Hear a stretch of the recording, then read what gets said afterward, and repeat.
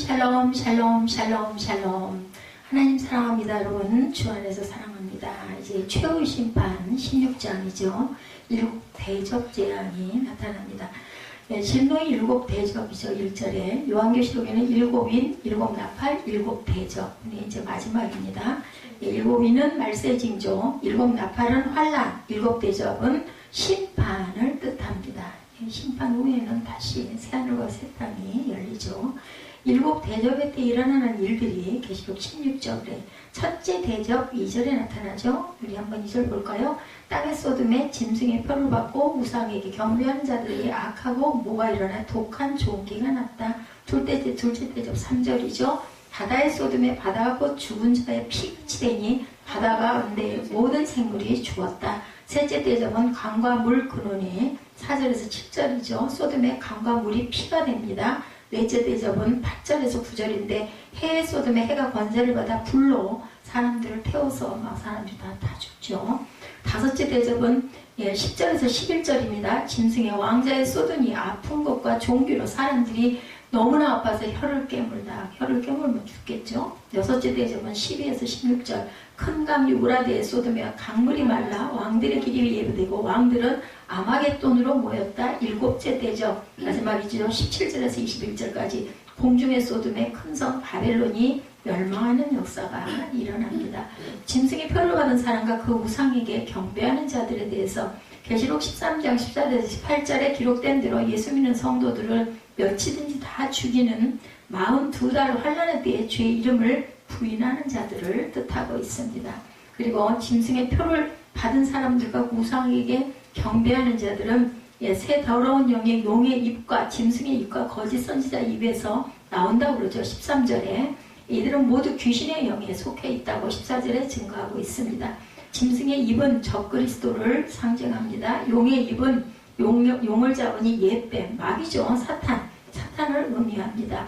그리고 짐승의 입 적그리스도는 계시록 13장 4절에서 7절에 보면 용이 짐승의 권세를 주므로 성도들과 싸워서 이기게 된다. 사단이 이겨요. 데살로니가후서 2장 3, 4절에 저 불법의 사람과 멸망의 아들 자기를 높이고 하나님의 성전에 앉아 자기를 하나님이라고 내세우는 자들이 지금 판을 치기도 합니다. 거짓 선지자의 입은 계시록 19장 20절에 짐승이 잡히고 그 앞에서 표적을 행하던 거짓 선지자도 함께 잡힙니다. 이는 짐승의 표를 받고 그의 우상에게 경배한 자들을 표적으로 미혹한 자들입니다.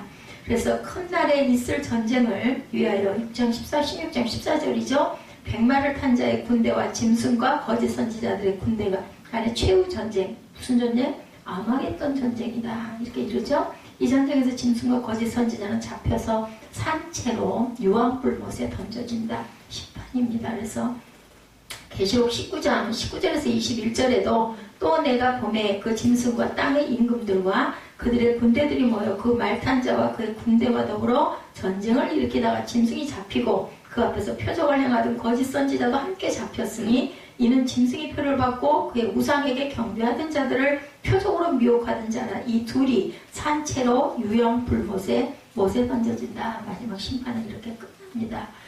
우리는 16장에서 다시 한번 장래 있게 될 극심한 환란을 살펴보고 하나님의 섭리에 대한 이해를 우리가 한번 하고 갑니다. 첫째, 네 대접의 재앙이 나타나죠. 독한 헌대 재앙, 아까 제가 그 서두에 얘기했듯이 2절에 나타납니다. 2절에 보니까 첫째 천사가 와서 그 대접을 당해 소돔의 짐승의 표를 받은 사람들이 우상에 경배한 자들에게 악하고 독한 종기가 나더라. 이렇게 얘기합니다. 요한이 말하니 성전에서 큰 음성이 납니다. 그것은 일곱 천사들에게 하나님의 일곱 대접을 땅에 쏟으라는 명령이 우렁차게 울리죠. 지금까지 두 번 반복된 일곱 재앙, 일곱 인의 재앙, 일곱 나팔의 재앙 후 최후적인 재앙이 세계에 부어지는 그러한 상태를 보여주고 계십니다. 첫째 대접은 땅에 쏟아진 재앙이었었어요. 그죠? 그러나 이 첫째 대접의 재앙은 첫째 나팔의 재앙과 같이 땅 3분의 1에 내려진 것이 아니고 땅 전체에 내려진 전면적인 재앙이었던 점이 특이했습니다. 그 재앙은 악하고 독한 헌대가 짐승의 표를 받은 사람들과 우상에게 경배하는 자들에게 나는 것인데 이 일곱 대접의 재앙은 짐승에게 경배하는 사람에게 집중되는 것이 특징이다. 지금까지 세상에 막 판을 치고 짐승의 표를 받아가지고 잘 먹고 잘 사는 이들에게 집중이 되죠. 그거를 경배하지 않은 자들은 뭐 했을까요? 다 숨겨있겠죠. 죽었겠죠. 짐승표 안 받으면 먹을 것도 사지 못하고 아무것도 할 수가 없기 때문에. 일곱 나팔의 재앙은 짐승이 다스리는 세계에 주어진 것과 대조를 이루는데, 이 첫 번째 대접의 재앙은 애고에 내려졌던 여섯 번째 재앙과 같습니다. 이 종기에 해당하는 용어는 나병 환자의 상처나 히스기야 왕의 종초와 같은 것에 적용이 되어 있습니다. 이 용어에는 하나님의 징계의 수단이라는 의미가 강하게 들어있는데, 나병 환자의 종초에 대해서 레위기 13장 8절에 제사장은 진찰할지니 그 병이 피부에 퍼졌으면 그를 부정하다 할지라 이는 나병입니다. 그때는 나병 걸리면 죽었죠. 그래서 무슨 병? 천역이다 이렇게 얘기하면 하늘에서 내리는 벌의 병이다. 욥의 헌대에 대해서 욥기 2장 7절에 사탄이 이에 야훼 앞에서 물러가서 욥을 쳐서 그의 발바닥에서 정수리까지 종기가 나게 한다. 아까 참 그 대상포진 얘기하다가 그러니 욥이 나를 차라리 데려가라고 죽여달라고 그렇게 그 호소를 한 게 이해가 가느냐고 얘기를 했더니 혹시 이게 욥이 알았던 병이 아니냐고 또 그러고 킥킥거리더라고요. 얼마나 내려서 얼마나 고통스러웠겠냐고. 피가 나도 막 그 기왓장으로 긁잖아요. 너무 가려워서. 그래서 가렵지 않은 것도 감사해야 된다 그랬어요. 막 쏘고 따갑고 뜨겁고 뭐 어떻게 말을 할 수가 없다고 얘기하더라고요. 히스기야 왕의 종초에 대해서 열왕기하 20장 7절에 이사야가 이르되 무화과 반죽을 가져오라 하며 무리가 가져다가 그 상처에 놓으니 나으니라. 예, 났습니다. 둘째 대접, 바다가 피가 되는 재앙이죠. 3절에 둘째 대접의 태양은 바다에 쏟아 부어져 바다가 죽은 자의 피같이 되었다. 이렇게 나타납니다. 이것은 애굽에 내려진 첫 번째 재앙이나 두 번째 나팔의 재앙과 일치합니다. 그러나 애굽의 재앙은 일시적인 것이었고 둘째 나팔에서는 바다의 생물 3분의 1이 죽었을 뿐이었지만 이 두 번째 마지막 대접의 재앙에서는 바다 가운데 있는 생물들이 어떻게 해요? 전면하는 전면적인 것이죠.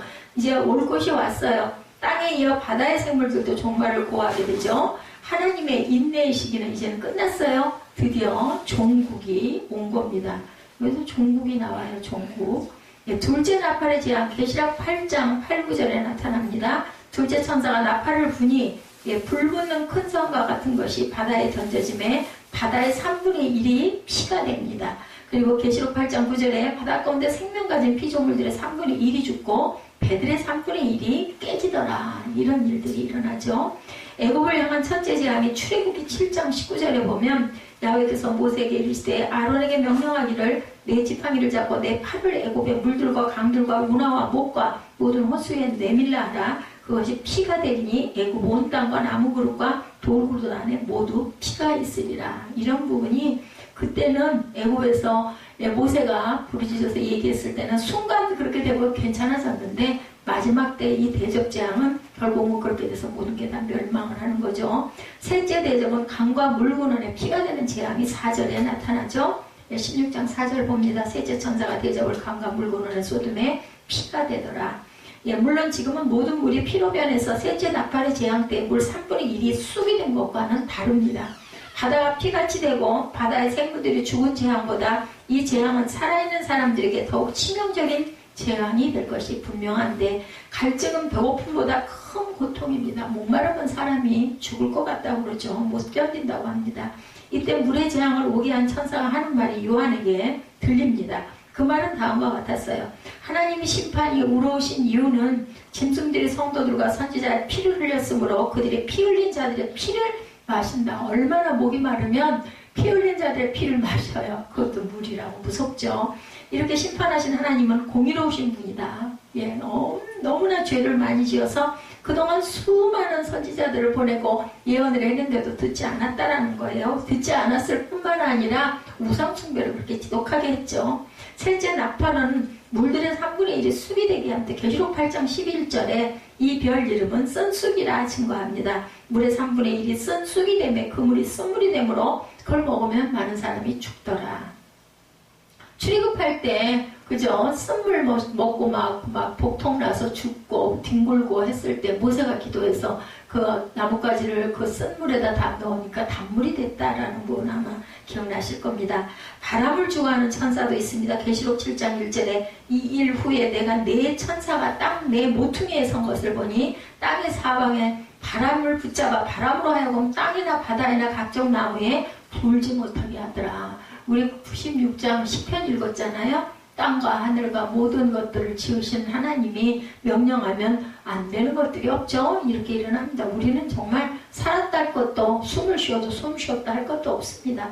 넷째 대접에 대해서 태양이 뜨고 불타는 지하 6절에 보면은 나타나죠. 그들이 성도들과 선지자들의 피를 흘렸으므로 그들에게 피를 마시게 하신 것이 합당하니라 하더라. 또 내가 들으니 제단이 말하기를 그러하다. 주 하나님 곧 전능하신 이시여 심판하는 것이 참되시고 의로우시다. 8절에 넷째 천사가 그 대접을 해 쏟으며 해가 권세를 받아 불로 사람들을 태웁니다. 해가 불덩어리를 의미하죠. 그래서 태양이 뜨거워져서 불이 나서 사람들을 태운다. 사람들이 이 태양이 내뿜는 불에 타 죽으면서도 그런 재앙을 행하시는 하나님의 이름을 회방하고 회개치 않고 하나님께 영광을 돌리지도 않는다. 9절에 그렇게 증거합니다.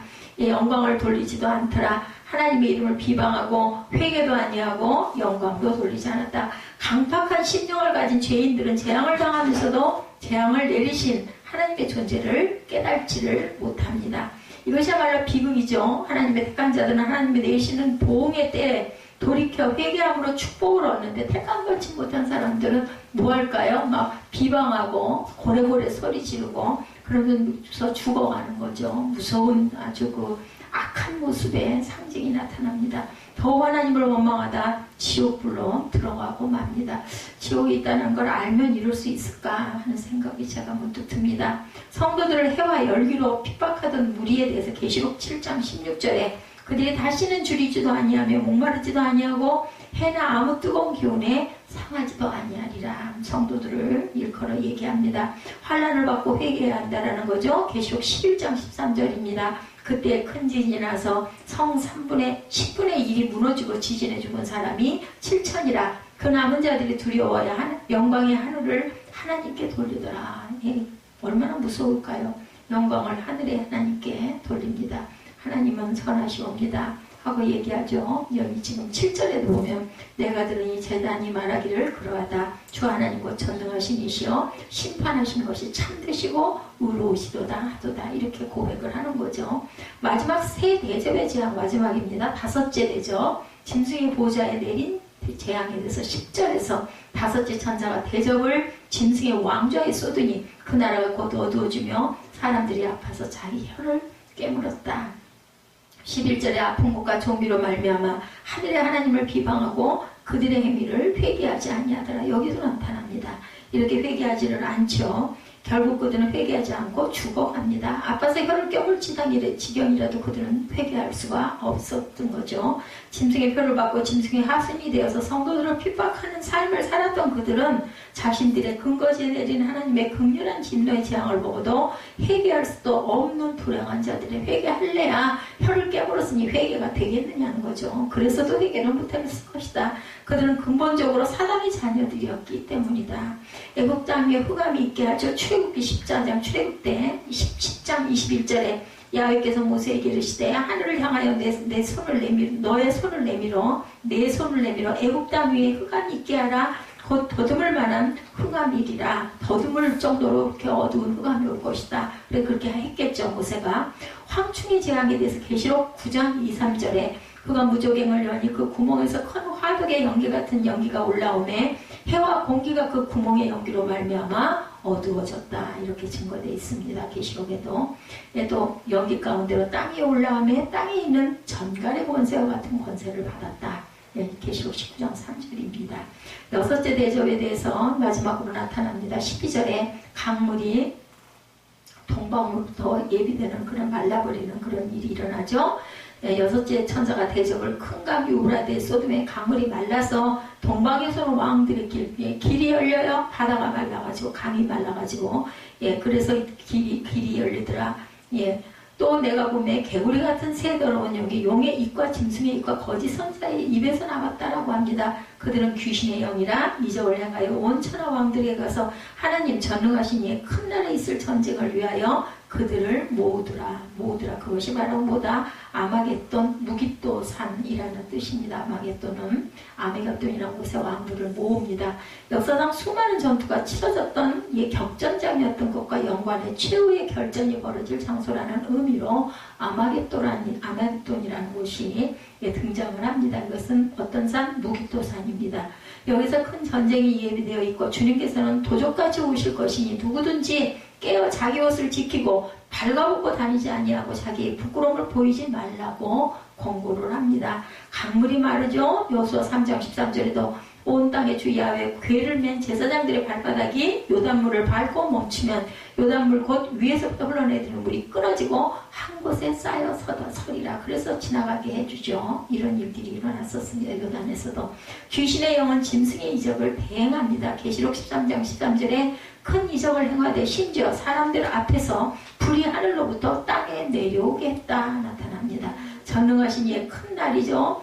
요엘 2장 11절입니다. 야훼께서 그의 군대 앞에서 소리를 지르시고 그의 진영은 심히 크고 그의 명령을 행하는 자는 강하니 야훼의 날이 크고 심히 두렵도다. 당할 자가 누구냐 이렇게 말씀합니다. 무섭죠. 일곱째 대적 번개와 내성과 지진과 우박의 재앙이 17절에 나타나 있습니다.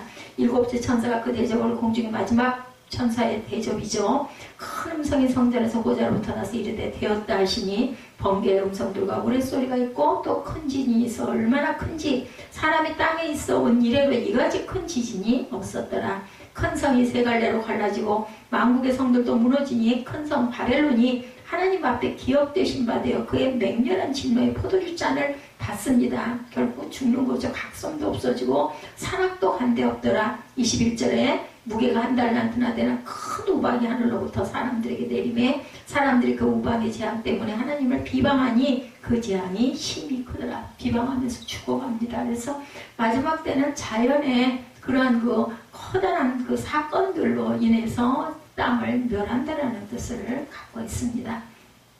역사상 유례없는 지진, 그래서 모든 성도, 섬도, 산악도 간데없을 정도가 되어버린다. 결국은 이러한 재난과 재해로 인해서 우박이 내려서 사람들이 극심한 피해를 당하는 재앙, 일곱 번째 대접의 재앙이 내려진 데는 음성이 성전에서 보좌로부터 임합니다. 그 음성은 되었다, 뭐겠어요, 이제 끝이다. 이 말은 그리스도의 십자가상의 마지막 말씀인 무슨 말씀?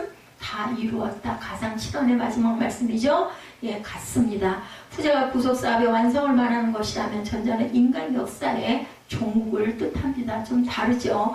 예수님은 그죠? 하나님의 구속 사업의 완성, 저는 이제 모든 걸 다 했습니다라는 뜻이고 여기 되었다는 역사의 종국의 끝이 납니다. 온 세계가.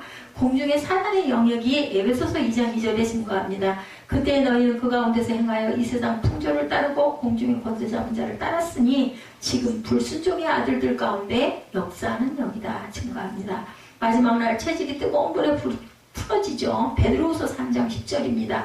그러나 주의 날이 도둑같이 오리니 그날에는 하늘의 큰 소리로 떠나가고 물질이 뜨거운 불에 풀어지고 땅과 그 중에 있는 모든 일이 드러나리로다. 그리스도가 다 이루었다는 말씀이 요한복음 19장 30절에 예수께서 신 포도주를 받으신 후에 이르시되 다 이루었다 하시고 머리를 숙이니 영원히 떠나가시니라. 구속사업을 완성하고 가시는 모습. 마지막 대접, 일곱 번째 대접의 끝은 이제는 모든 땅과 이 세상이 다 멸하여졌다, 되었다라고 연관이 되어 있죠.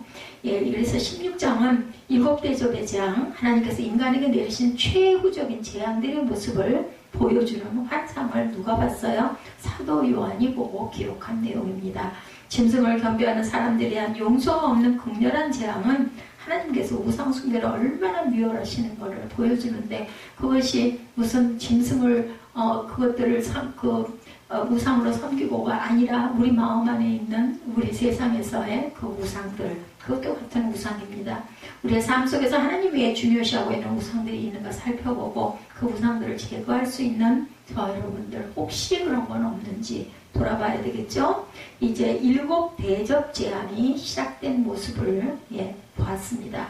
하나님의 성도들은 보호하시고 세상을 심판하시는데 후반기 대환란은 강력하죠. 이때는 하나님이 복음의 문을 닫아버렸기 때문에 회개하는 사람이 아예 없습니다. 모두 다 그죠? 원망하고 분노하고 그리고 고함치고 소리 지르고 욕하고 그리고는 그냥 죽는 모습으로 나타납니다. 하나님이 진노만 있고 은혜를 안 베풀어 주시고 인간들도 재앙 내리시고 심판하는 하나님께 그죠? 욕하고 대적하지만 회개하고 하나님 품으로 돌아올 마음은 아예 없습니다. 구원받은 자는 절대로 없다는 뜻을 가지고 있습니다. 큰 음성의 선포 1절 다시 한번 봅니다. 또 내가 성전에서 큰 음성이 나서 일곱 천사에게 말하되 너희는 가서 하나님의 진노 일곱 대접을 땅에 쏟으라 하더라. 큰 음성은 성전에서 들리는 음성이죠. 하나님의 진노 일곱 대접을 땅에 쏟으라 하는 음성입니다. 복음의 문이 이미 닫혔어요.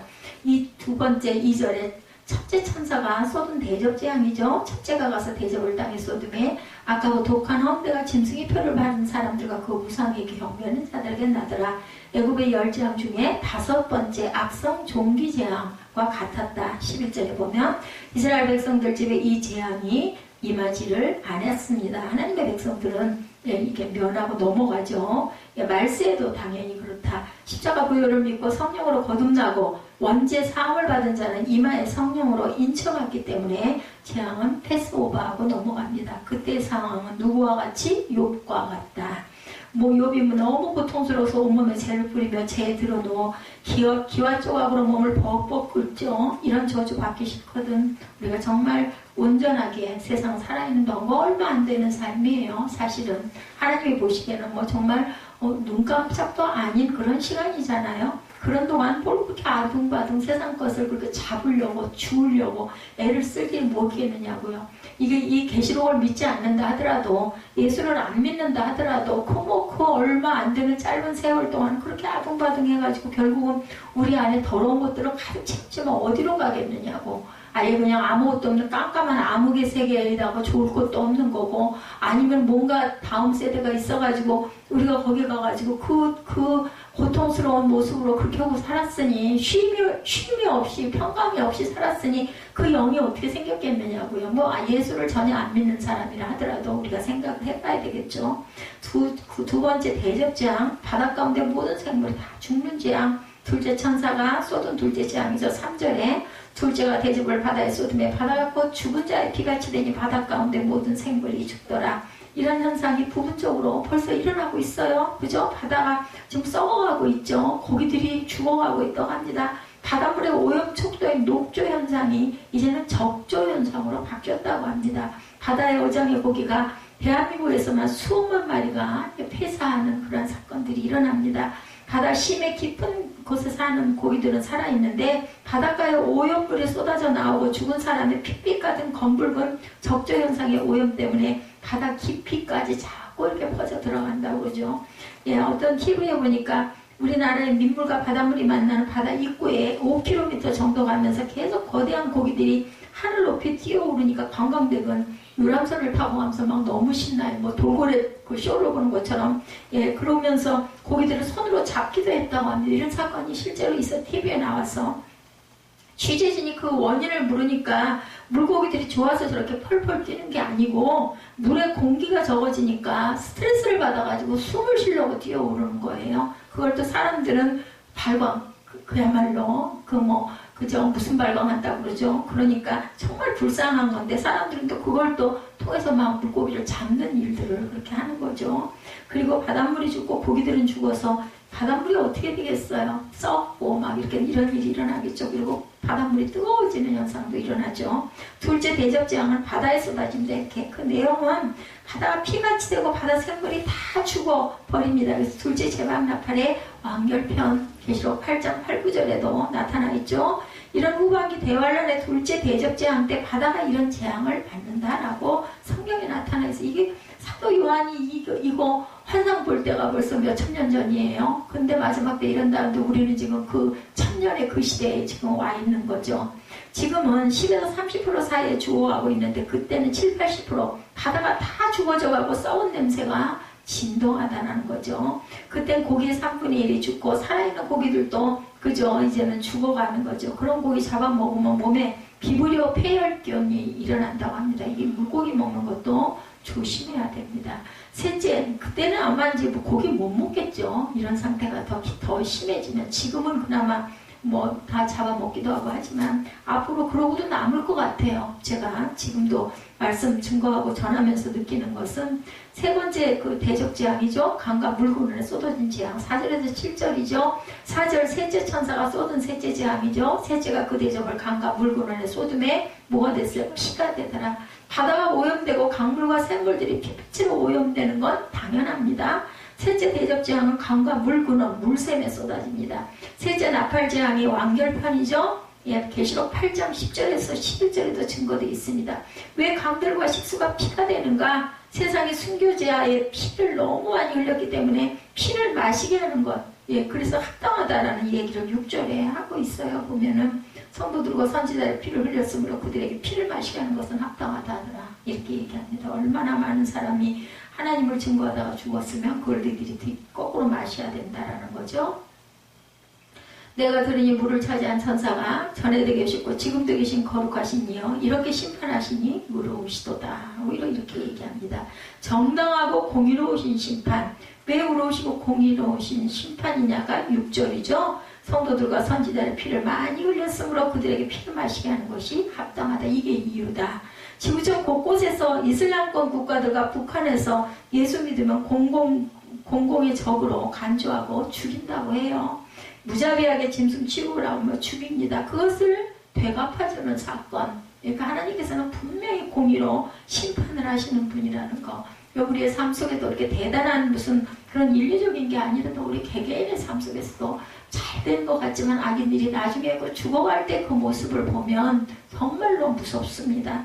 가인이 아들 죽일 때 피는 땅을 저주를 가져오죠. 땅의 저주를 가져옵니다. 그 땅에 죽음의 영, 피먹은 영들이 어떻게 해요? 진지를 구축하고 삽니다. 이런 심판은 의로우시고 참되도다. 중동에서 순교자가 속출하고 있다고 합니다. 지금 지구촌의 오염도를 말할 것 같으면 벌써 강들과 식수가 썩어서 못 먹게 되겠지만 물을 차지한 천사가 지켜주고 있다. 아직까지는. 그죠? 그래서 저는 이 세대에 그나마 태어나서 제가 60여 년 동안 살면서 전쟁 없이 그리고 배골치 않고 지금까지 이렇게 살아있을 수 있는 것도 큰 축복의 때에 내가 태어나서 너무 감사하다는 생각이 저는 듭니다. 그래서 보면 모든 부분들이 다 마찬가지게 공기를 지키는 천사가 지구촌 공기를 그나마 얼마나 공기 나빠졌어요. 몇 년 전만 해도 이런 일 없었어요. 그죠? 한 5년 전만 해도 전 기억이 안 납니다.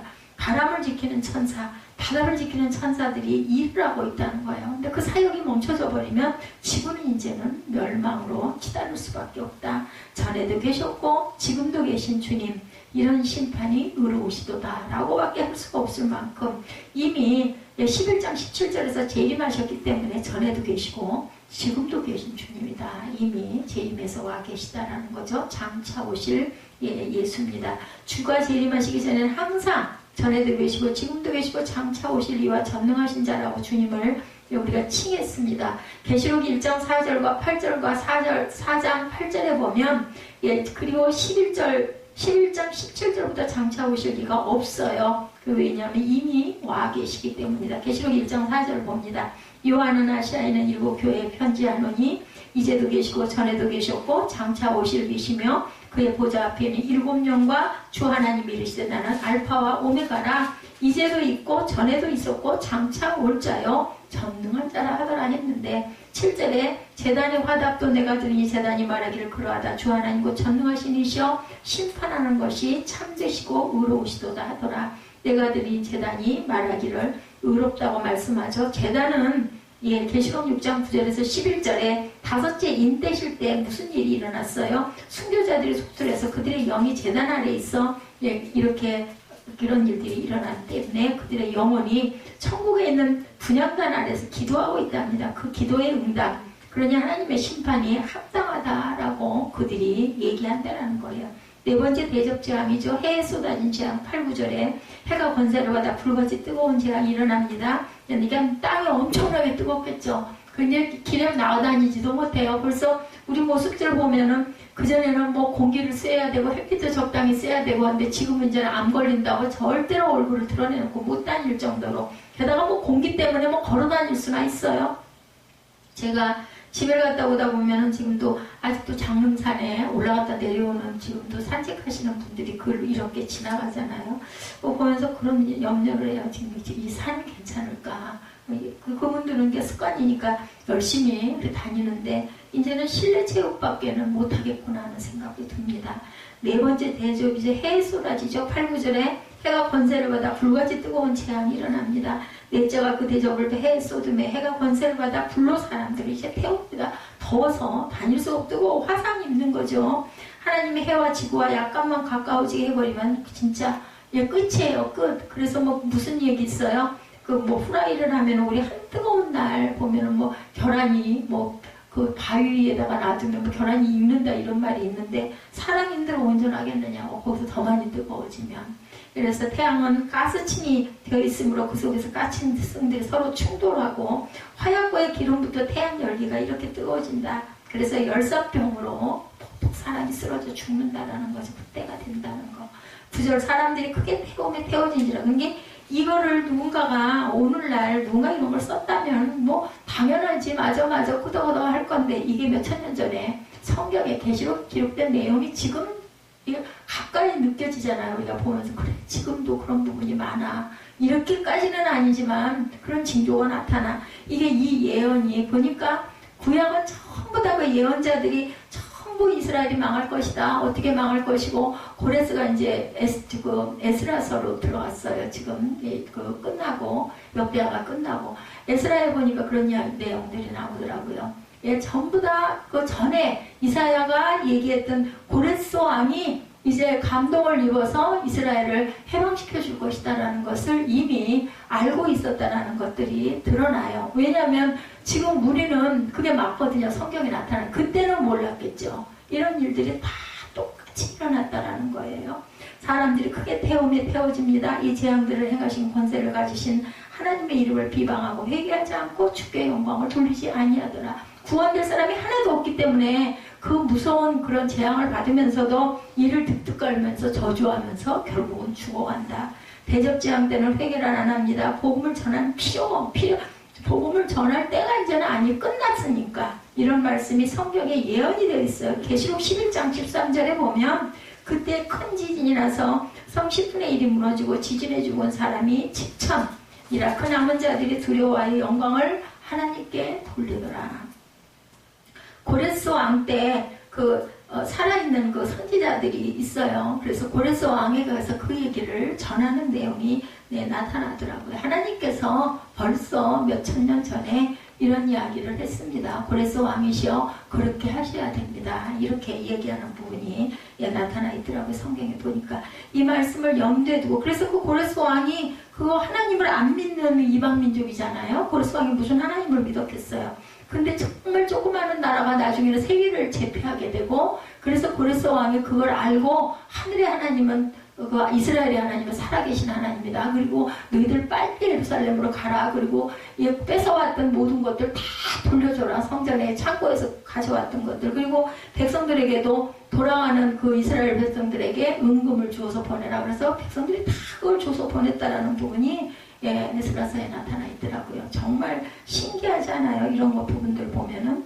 그래서 나팔 재앙 때는 아직도 복음의 문을 열어두었기 때문에 안 죽고 살아남은 사람들이 하나님을 두려워하고 그리고 경외하고 무서워 절대로 죄짓지 말아야 되겠다. 이런 회개가 일어나는데 지금은 절대로 회개들을 아무도 안 하고 죽어가면서도 악의 악을 그 두 강도 중에 한 강도가 그랬잖아요. 막 비웃고 조롱하죠. 이렇게 벌써 사람들이 두 가지로 나뉘어있는 모습을 보여주는 거는 회개할 자와 회개하지 않는 자는 이렇게 나타난다. 절대로 마지막까지 회개를 안 하면 결국은 그렇게 될 수밖에 없다는 거죠.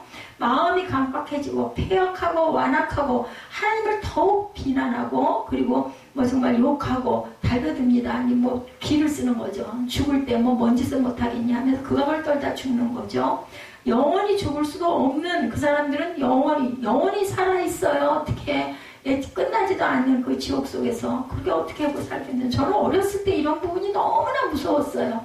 그 선생님들이 그 얘기해 주잖아요. 그러면은 상상만 해도 무섭더라고. 우리가 어디 조금만 아파도 그냥 죽을 것 같은데 그게 계속 된다면 어떻게 살아있겠냐고. 정말 차라리 죽는 게 나한테 죽을 수도 없는 거예요. 그래서 항상 우리가 회개할 수 있는 마음. 왜 저는 우리 어려서 그런 것들이 그렇게 강하게 다가왔는지, 겁이 많아서 그랬는지는 모르겠는데 너무너무 무섭고, 지금 내가 살고 있는 게 어린 나이에도 너무 좋다. 우리 왜 악몽 자다가 크려고 그런다고 그러잖아요. 무서운 꿈 꾸다 끄면 얼마나 다행이야. 지금 한숨이 푹 쉬어지는데.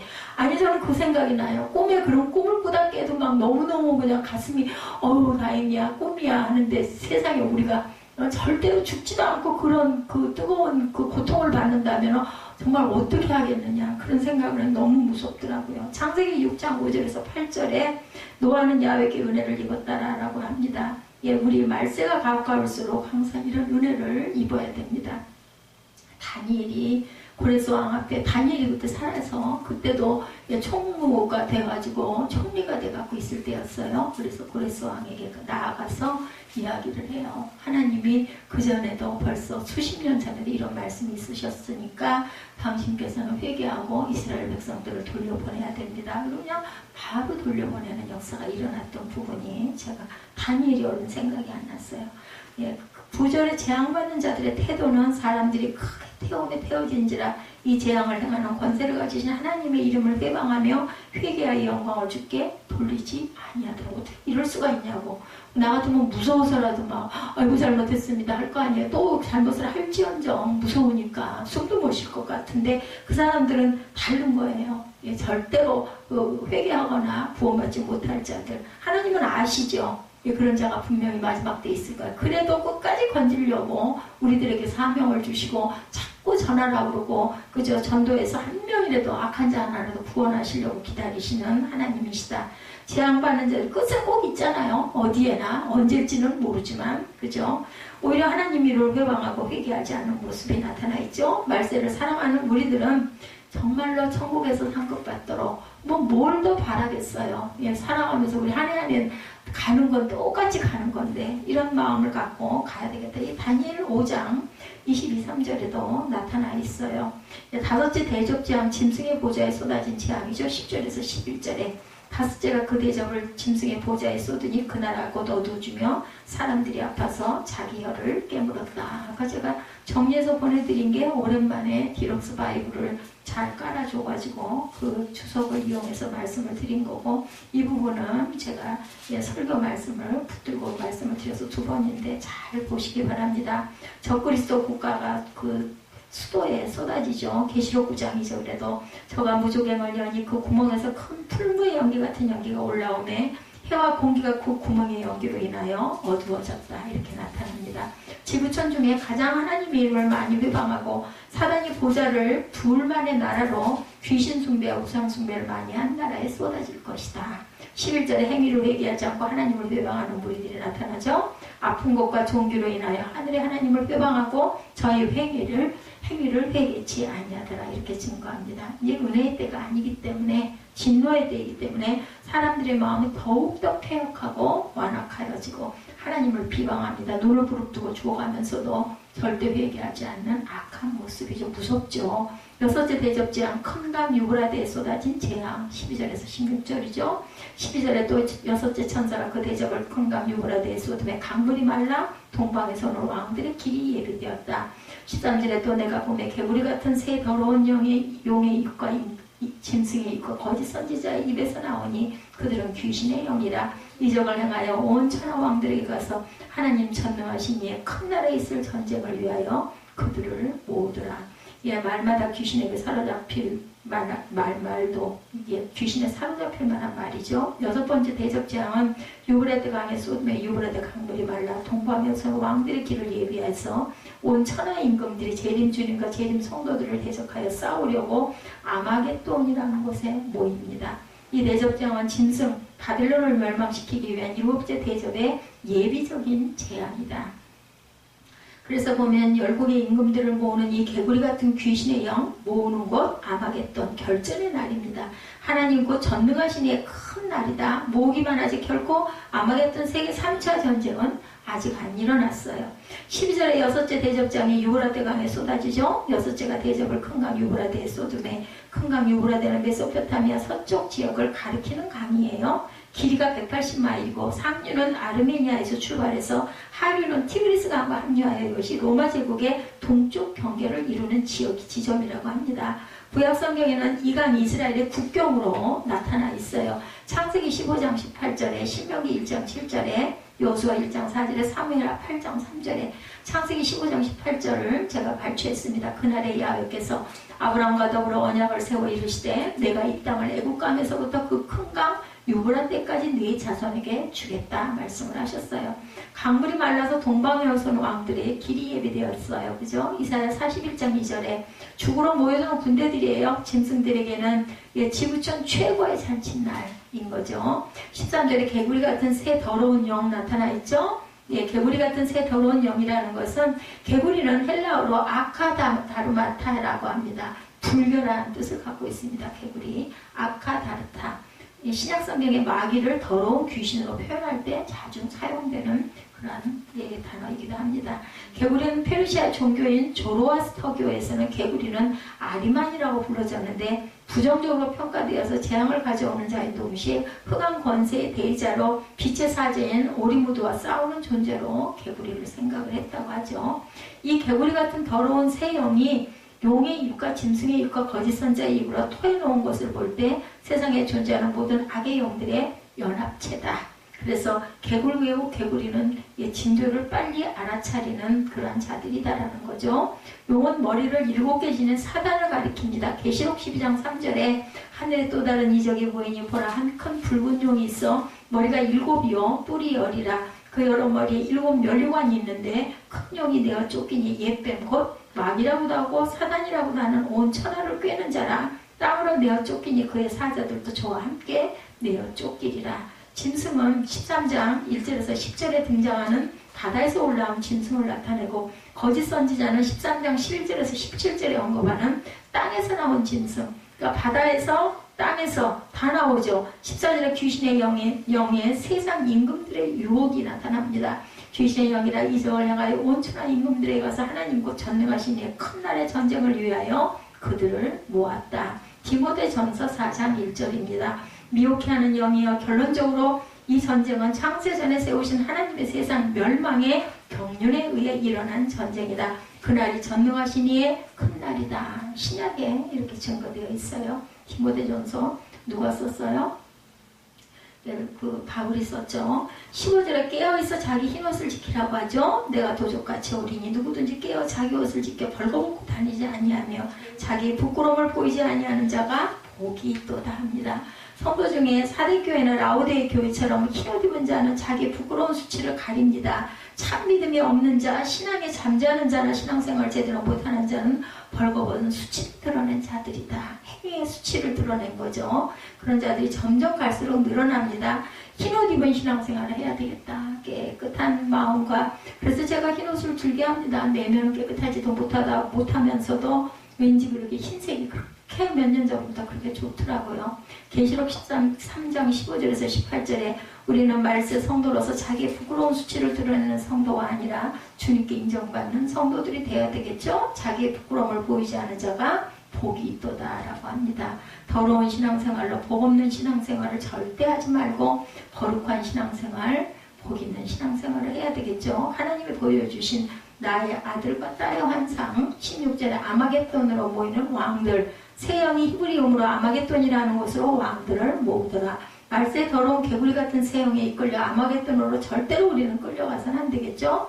전쟁 준비만 하지 아직은 전쟁은 아닙니다. 결국 7째 나팔에 예수님이 재림하실 때 예수님이 친히 상대하실 일인데, 제7째 재앙이 공기 가운데 쏟아진 재앙이죠. 17절에서 21절입니다. 공기 가운데 쏟은 7째 대접재앙, 7째 천사가 그 대접을 공기 가운데 쏟음에 음성이 성전에서 보좌로부터 나서 이르되 되었다 하니라. 예수께서 오셔서 이제 다 이루었다. 그때는 하나님의 그 구속사업이 완성으로 다 이루었도다이고 이제는 이제 끝이다라는 거죠. 계시록 10장 5절에서 7절에 되었다. 지금 이때는 되었다 시대입니다. 주님 오실 그날도 되었다 시대이니까 우리 신앙도 주님 맞을 준비가 되었다 하는 마음들이 항상 되어야 되겠죠. 18절에 전무후무한 대지진재앙이 일어나죠. 번개와 음성들과 뇌성이 있고 지진이 있어 어찌 큰지 사람이 땅에 있어 그 음으로 이같이 큰 지진이 몸으로 몸으로 땅에 있어서 있을 때 봤을 때 이런 지진이 없었더라. 세상에 세동강 날 정도로 큰 지진, 세상 나라 불신 국가들 거의가 다 무너질 정도로 강력한 강도의 지진이 일어날 것이다. 지금 강도가 5, 6, 7, 8 강도만 해도 대단한데 그때는 아마 20에서 30 강도. 그러니 뭐 일부가 그냥 혹싹 쏟아져 오히려 이게 낫지 않을까 싶어요. 그 무서운 그 불타는 그런 게 아니라 그냥 아주 가루가 돼서 먼지가 돼버리지 않을까. 19절에 세상 바벨론이 받는 하나님의 진노의 잔이 나타나죠. 큰 성이 세 갈래로 갈라지고 만국의 섬들도 무너지니 큰 삶 바벨론이 하나님 앞에 기억하신 바 되어 그 맹렬한 진노의 포도주잔을 이제는 받습니다. 사역받는 거죠.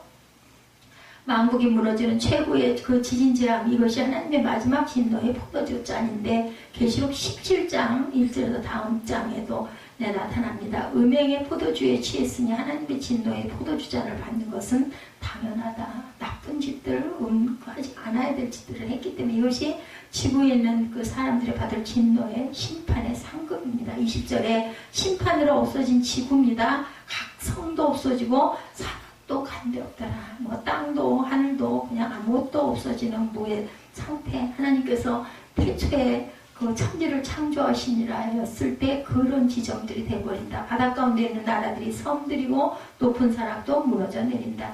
영적으로 교만해서 한 높은 산들이 무너지고 세상 권력도 부귀영화도 다 없어지는 것을 의미하기도 합니다. 21절에 우박 폭탄의 심판이죠.